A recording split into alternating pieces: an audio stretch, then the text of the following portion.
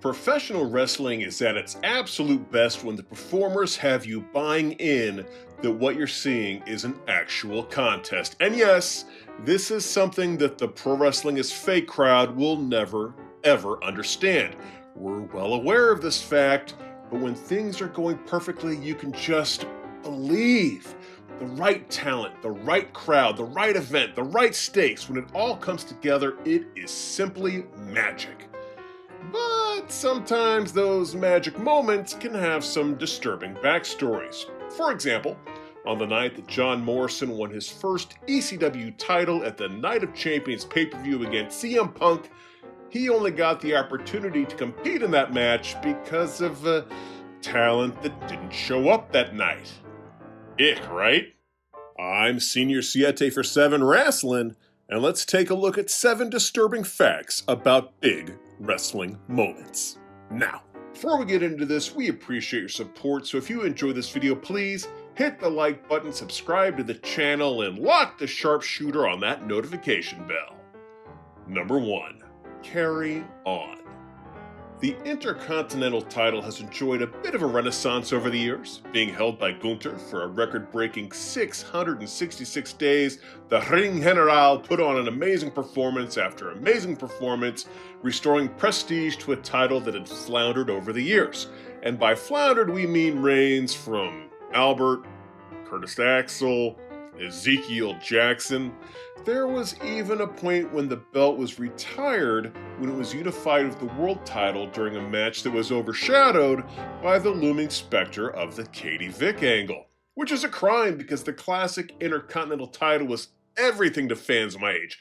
Yeah, the World Championship got the lion's share of the attention, but we know the best matches tended to be for the IC belt. We watched Ricky the Dragon Steamboat and the Macho Man Randy Savage steal the show in a battle for the title at WrestleMania 3. We marveled at Shawn Michaels and Razor Ramon climbing a friggin' ladder to retrieve 2 versions of that belt at WrestleMania 10. And maybe the pinnacle for the belt, we saw Bret the Hitman Hart square off against his brother-in-law Davey Boy Smith for that championship in the main event of SummerSlam 92. The first time the Intercontinental Championship was the sole focus of a pay-per-view main event. Yeah, WrestleMania 6, but we said sole focus. Not only that, but this match was held in front of 80,355 fans at Wembley Stadium. And on that grand stage, the duo absolutely delivered a classic for the ages. For a little over 25 minutes, the brother-in-laws, I'm not sure which is right, held the wrestling world in the palm of their hands and delivered arguably the best match in SummerSlam history. When it was all said and done, Davey Boy was able to reverse Bret Hart's sunset flip into a pinfall in a move that was apparently borrowed from Leo Burke to win the Intercontinental Championship. The duo was joined in the ring by Diana Hart-Smith, the wife of Davey Boy and the sister of Bret, and the trio celebrated this amazing accomplishment. But this moment had the potential to be an absolute train wreck. In his book, Hitman, My Real Life in the Cartoon World of Wrestling, Bret tells the tale of the build-up to this legendary event, a build-up that found it nearly impossible to get in contact with his brother-in-law to even discuss the match. I didn't see Davey Boy until the required entrance rehearsal at Wembley Stadium the night before the show. When I asked him why he hadn't returned my calls all summer, he wasn't able to look me in the eye. He fessed up that he'd been smoking crack with Jim Neidhart for weeks and was now terrified. Yeah, I don't have a lot of experience smoking crack, but I can't imagine it's particularly good for focusing on an athletic performance. Hart would say, "Trust me, Davey, and I'll do all I can to get you through tomorrow, okay?" He nodded, and I sat him down for a crash course going over and over our match and making him recite the moves. Unfortunately, that cramming session would all be for naught, as Bret would say. A few minutes into the bout, Davey would confess, "Bret, I'm fooked," Davey panted as I had him clamped in a side headlock. "I can't remember anything." Fooked. What followed was 25 plus minutes of Bret with some help from referee Joey Morella talking Davey Boy through every move and moment in the bout. And all of that for Bret to lose the title to the person whose ass he had just saved. Thankfully, there is justice in the world. Davey Boy would drop the Intercontinental title unceremoniously to Shawn Michaels a few months later at a Saturday Night's Main Event. He'd be out of the company shortly after that, while Bret would go on to claim his first of many WWE championships from Ric Flair in Saskatoon on October 12th of that year. So yeah, fortunately, Bret wasn't completely fooked. Number 2. T-Trouble. The first WrestleMania, held on March 31st, 1985 at Madison Square Garden in New York City, was a groundbreaking event that forever changed the landscape of professional wrestling and sports entertainment. Featuring icons like Hulk Hogan, Andre the Giant, and Roddy Piper, alongside cultural stars such as Mr. T, Muhammad Ali, and Cyndi Lauper, the event blended sports, pop culture, and entertainment in a way that captivated audiences worldwide. The main event, a tag team match where the WWE World Champion Hulk Hogan teamed up with the popular 80s actor Mr. T to take on Roddy Piper and Paul Orndorff, was a high-stakes spectacle that symbolized the fusion of wrestling and celebrity culture. The success of WrestleMania 1 not only solidified the WWE's dominance in the wrestling industry, but also paved the way for the creation of an annual tradition that remains one of the most anticipated events in sports entertainment. And to hear the WWE tell their side of the story, if this show had been a bust, the WWE might have ceased to exist completely. Vince McMahon has famously stated that if WrestleMania 1 had been a failure, he would have been forced to declare bankruptcy and the WWE might not have survived. And it's hard to believe the show would have been considered a success if half of the celebrity tag team in the main event had bailed. In Hulk Hogan's biography, Hollywood Hulk Hogan, the Hulkster said, Hulk Hogan's book is just called Hollywood Hulk Hogan? Alright. Also, since this story does appear in Hulk Hogan's book, and we all know the Hulkster isn't necessarily a beacon of truth, maybe we take this story with a whole shaker of salt. Just a few days before WrestleMania, Mr. T gave us our first scare. Up to that point, I was with him every day making appearances, working out with him, but that day he was nowhere to be found. He just disappeared on me. Turned out he was just sitting in some park with a wino drowning his troubles. Finally, we found him and put him on his feet again and thought everything was alright. But things were far from alright, as T was extremely late arriving to Madison Square Garden the night of the show, and when he finally did arrive, he promptly tried to bail.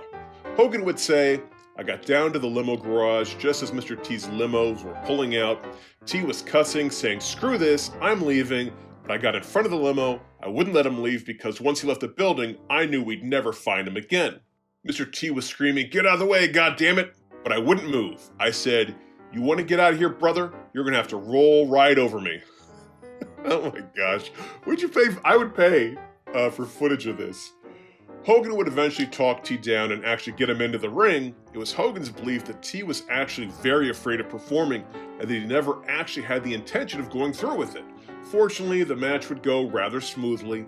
WrestleMania was a huge success, and Mr. T didn't murder Hulk Hogan with a limousine in the bowels of the world's most famous arena. Number 3. It's time. Late 1993 was an interesting period for WCW. They had a main event that featured some pretty impressive names like Ric Flair, Ravishing Rick Rude, Sting, Sid Vicious, Mick Foley, and a dominant WCW champion in Big Van Vader. And for the biggest show of the year, that being Starrcade 93, they went with a title versus career match where the Monster Vader would put his gold on the line against the career of the legendary Nature Boy Ric Flair. And this was important because Ric Flair would never, ever, ever put his career on the line and then come back to wrestling. Never, ever, ever. The build was wildly impressive. Since regaining the world title from Ron Simmons in late 1992, Vader had become a dominant machine. Outside of a brief title switch with Sting during a European tour, he beat Cactus Jack in a Texas death match at Halloween Havoc. He won that year's Battle Bowl. He bested Sting in a White Castle of Fear match. No, not that White Castle. To summarize, he was the guy. And Ric Flair, since returning from his brief stay in WWE, wasn't doing particularly well, losing a feud against Ravishing Rick Rude for whatever they were calling the big gold belt around that time. But they went all in with the promotion. Starrcade starting off with a video tribute to the Nature Boy. We got to see Rick bid a tearful farewell to his kids from his home. Fun fact, as Rick is saying goodbye to his wife, you can hear Reed saying, "Shut the door, I'm freezing." The main event was a brutal war, with Flair able to clip Vader's knee and roll him up for the victory and the championship in front of his hometown crowd. Truly an evening to remember, but that wasn't the match we were supposed to see that night. Over Vader's dominant year, he had formed a tag team with returning Sid Vicious known as the Masters of the Powerbomb, and their uneasy partnership was designed to explode in time for a WCW World Title match at Starrcade. So what happened? Well, on October 27, 1993, during a WCW European tour in Blackburn, England, Sid Vicious would be involved in one of the most infamous moments in pro wrestling history, that being a gory, real-life scissors fight with fellow WCW wrestler Arn Anderson. It reportedly stemmed from a heated argument between the two wrestlers earlier in the evening. Accounts suggest that Vicious, known for his imposing size and volatile temper, criticized Anderson's contributions to the wrestling business. In particular, Sid believed that Arn's buddy Ric Flair needed to step aside as he was holding the younger guys back. What began as a war of words soon turned physical, culminating in an explosive and bloody encounter. Details of the fight revealed that after tempers flared, the confrontation moved to Anderson's hotel room, where Vicious allegedly used a chair leg to try to assault Arn Anderson. The scuffle quickly turned violent, with Anderson reportedly grabbing a pair of scissors to try to defend himself. In the ensuing melee, both men suffered multiple stab wounds, with Anderson enduring over 20 puncture wounds and Vicious sustaining 4. The fight was so severe that other wrestlers, including Too Cold Scorpio and Vader, intervened to break it up and administer first aid to both men. When it was all said and done, WCW President Eric Bischoff suspended Arn Anderson, while Sid was fired after several wrestlers threatened to quit the company. This incident cost Sid not only his job, what was believed to be his first World Championship victory against Vader at Starrcade. And the irony of all irony was the fact that after this crazy night, the result ended up being exactly what Sid had been railing against: Ric Flair taking center stage once again. Number 4. Here to show the world. Some of the best things in wrestling are when the fans demand a moment and the company has no choice but to finally give it to them. For example, in 2014, the fans were set to boo, starting at Batista's Royal Rumble win, all the way through a WrestleMania 30 main event if they didn't do right by Daniel Bryan. Another example is what happened just a year earlier in 2013. Dolph Ziggler was that year's Mr. Money in the Bank, and to say the crowd wasn't hot for him to cash that thing in was an understatement. Your old pal Singer Siete was actually in attendance during WrestleMania 29, and a lot of people thought it was going to happen that night. After Alberto Del Rio had defeated, let me check my notes, Jack Swagger. Jack friggin' Swagger? Ugh. Jack Swagger had a singles world title match at WrestleMania? Come on, guys. Well, at least Michael Strahan seemed to enjoy it. Sorry. After the match, the crowd was primed and ready for the show-off to hit the ring, cash in his briefcase, and claim that gold. After all, Ziggler's match earlier in the night was a criminally short tag team bout. Surely he'd be ready to interrupt Del Rio's lukewarm celebration, hit a zigzag or two, and give us our WrestleMania moment. But nope, despite the chanting crowd, and I was one of them, he never emerged. Until the next night on Raw. Alberto Del Rio seemed to be injured after defeating Jack Swagger and Zeb Coulter in a handicap match. Ziggler's music hit, they tussled for a bit, and then Ziggler won the World Heavyweight title, and the crowd lost their minds. His partners AJ Lee and Big E joined him in the ring, and they seemed to be genuinely elated for him. It was an amazing moment, and arguably the best cash-in of all time. Arguably. This should have been the moment that propelled Ziggler to the top of the card, a real sink-or-swim moment to see how he would deal with the pressure of being the champion, but we'd later learn that that was just never gonna happen. In an article he penned for the Sporting News, former WWE writer Kevin Eck would say that McMahon had lost faith in Ziggler during his time with the Money in the Bank briefcase. The knock from Triple H and others was that he didn't take direction well and was too focused on being the next Shawn Michaels. Correct me if I'm wrong, but I don't think Shawn Michaels took direction well either. Pat Patterson had pushed for Ziggler to win the title at WrestleMania, but McMahon refused. However, in the creative meeting for Raw the next day, McMahon would state that Ziggler would be successfully cashing in the briefcase that night on Del Rio. However, this was not good news for Ziggler, as Eck would say after making the announcement to a roomful of surprised writers and producers, McMahon said he wanted to be clear that we are not pushing Dolph. McMahon explained that he was going through with the cash-in and title switch because he wanted a big surprise moment for the night after WrestleMania. So, despite the work Ziggler had put in over the years, despite building a pretty entertaining trio with AJ Lee and Big E, despite the crowd being hungry for a Ziggler title reign, it was never going to happen. In the end, it didn't even matter, as Ziggler would suffer a concussion early into his time with the belt and drop it as soon as he was able to. Number 5, here to show the world again. The main event for Survivor Series 2014 is one for the books. Not good books, mind you, weird books, very weird books. The main event was a traditional 5-on-5 Survivor Series bout pitting Team Cena against Team Authority. Team Cena was made up of a ragtag bunch of ruffians, Ryback, Big Show, Eric Rowan, and Dolph Ziggler, while Team Authority consisted of Seth, not quite friggin' Rollins, Kane, Luke Harper, Mark Henry, and Rusev. The stipulation heading into the match was that if Team Authority won, the good guys would all be fired. Well, except for Cena, because a few years earlier they had set the precedent that firing John Cena stipulations at Survivor Series simply don't stick. You can't fire me! And if Team Cena won, the Authority would have to disband, which they did when Cena won for like a month. Wrestling's dumb. Why do we believe anything? Sorry, back to the point. The match was bonkers, with Big Show turning for the 40th time just for funsies, and it all came down to a lone man, Dolphus Allen Ziggler, squaring off against Kane, Seth Rollins, and Luke Harper in a 3-on-1 situation, and the show-off completed one of the most amazing comebacks in Survivor Series history, pinning Kane after a zigzag, eliminating Harper with a schoolboy, and then being primed and ready to finish the job by pinning Rollins with his finish when the Authority interfered and beat Ziggler down. But then, Sting showed up in the WWE for the first time ever, and Ziggler was able to pick up the win. Victory is his! Huzzah! And the crowd absolutely loved it. Once again, Dolph Ziggler was primed to be taken to the next level, but nah. Second verse, same as the first. They never had any intention of doing anything with Ziggler. Rumor has it he was just filling the role that Roman Reigns would have occupied if he wasn't out with an injury. Ziggler would be eliminated from that year's Royal Rumble in less than 3 minutes, and be relegated to a multi-man match for the Intercontinental title at that year's WrestleMania. Whoa, hold up there.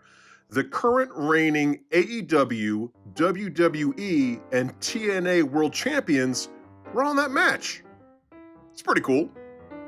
I think the mind-numbing thing about both of these Dolph Ziggler incidents is the fact that the work's already done. The build, the match, the desired result, all that's left is some kind of booking follow-through. Time and time again in Vince McMahon's WWE, he would crow about how talent needed to bust out, be their own person, grab the brass ring. Now look, Dolph Ziggler isn't my favorite, but it's clear he was doing just that and delivered in pretty much every situation they put him in. As someone that got his brain battered in by corporate America, maybe the reason I find the Ziggler entry so disturbing is because even if you jump through every hoop and ace every test, you still might not win. You're just not the guy's guy. Number 6, Queen's KO. Pro wrestling is full of stories of talent who have suffered an injury and toughed it out to give the fans their money's worth. Got Triple H hobbling around with a torn quad during his Raw Tag Team title bout with Steve Austin against Chris Jericho and Chris Benoit. Cody Rhodes competing in a whole damn Hell in a Cell match against Seth Rollins with a torn pectoral. Ew, ew.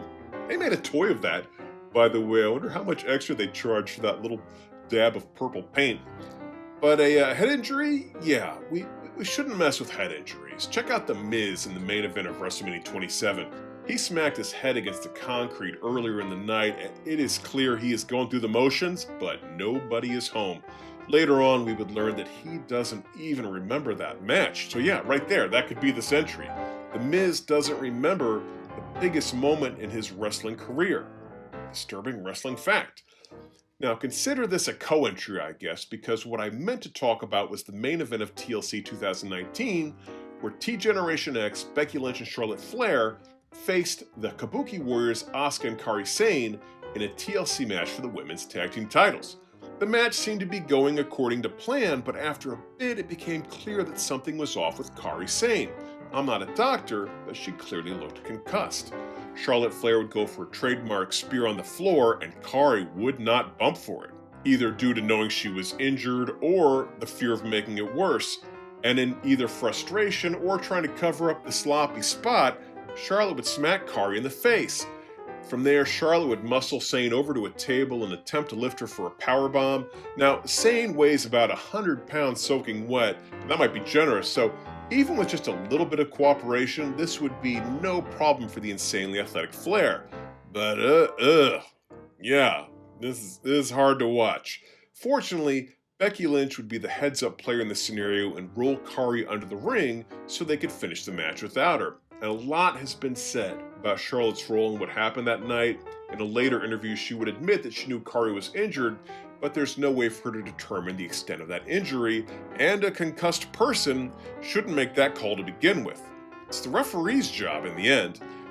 Becky Lynch did the right thing, finding a way to finish without the wounded party taking any more bumps. Did it make the match worse? Sure. A healthy Kairi would definitely not take away from any match she was involved in. She wasn't healthy. And in the case of a head injury, you need to stop the match or move on without the wounded party. And wrestling fans will understand. I think a big knock on us is that we're all bloodthirsty, loving blood and guts, and I don't think that's true of 99% of us. Yeah, we may like bloody, violent spectacles, but nobody wants to see anybody actually get hurt. Number 7. Stone Cold Scare.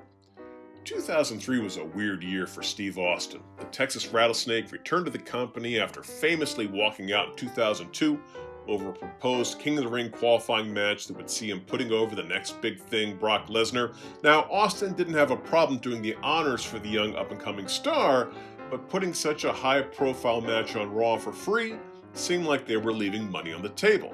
Austin would say, "I'm not the first person to lose to Lesnar, I'm the last." So, a frustrated Austin took his ball and went home. Oftentimes, something like this would be worked out quietly behind the scenes, but after failing to come to a resolution, Vince McMahon would choose the nuclear route, calling out Austin in every media format he had available at the time. He railed against him on Monday Night Raw, produced a feature for WWE Confidential, even giving it the cover of Raw magazine. And quick aside, right as this happened, they were leading to a feud between Steve Austin and Eddie Guerrero, which had the potential to be friggin' awesome. Ugh, so heartbroken that never happened. Anyhow, it's safe to assume that there was some bad blood when they were able to make amends and start working together in early 2003. But everyone was able to be professional and make the relationship work out. And the plan was to build to a third and final one-on-one match against The Rock at WrestleMania 19. The match itself was definitely a notch below the WrestleMania 17 epic between the duo, with it seeming like The Rock was doing everything he could to squeeze an entertaining match out of Austin, who in his defense seemed to be suffering from a bit of ring rust. When it was all said and done, The Rock got his victory, giving him back-to-back WrestleMania wins against Austin and Hogan, which is pretty impressive. But what we wouldn't learn until shortly after is that this would be Austin's last match. For a while, at least. This is still professional wrestling. And that the injuries he had sustained over the years had finally caught up with him. However, things could have taken a much darker turn. In an interview with Entertainment Weekly, Austin would have this to say about the day before WrestleMania 19. "I was at the gym with Kevin Nash, and my reflexes were very touchy that day. We were on recumbent bicycles, and my feet kept twitching. I didn't think anything of it. I left Nash and went to my room on the 27th floor of the Grand Hyatt Hotel, and right before the elevator opened, my heart started beating out of my chest." Austin would say that his heart was beating between 160 and 180 times a minute. He was rushed to the hospital and received a variety of tests. So what was the problem? Austin would say, "The bottom line was I was drinking too much alcohol and caffeine and I wasn't getting enough rest. I wasn't cleared to leave the hospital, but I left because I was going to wrestle The Rock." Wrestling a high-profile match when you're not medically cleared sounds like a recipe for disaster to me, but so does too much caffeine and liquor on very little sleep. Fortunately, Austin was able to pull through and have his final match. Well, not his final match. Well, there's our list. Did we forget any other disturbing facts about big wrestling moments? If so, please leave them in the comments section below. Also, if you enjoyed this, please like the video, subscribe to the channel, and insane elbow that notification bell. Till next time, I'm Singer Siete for 7 Wrestling saying bye-bye.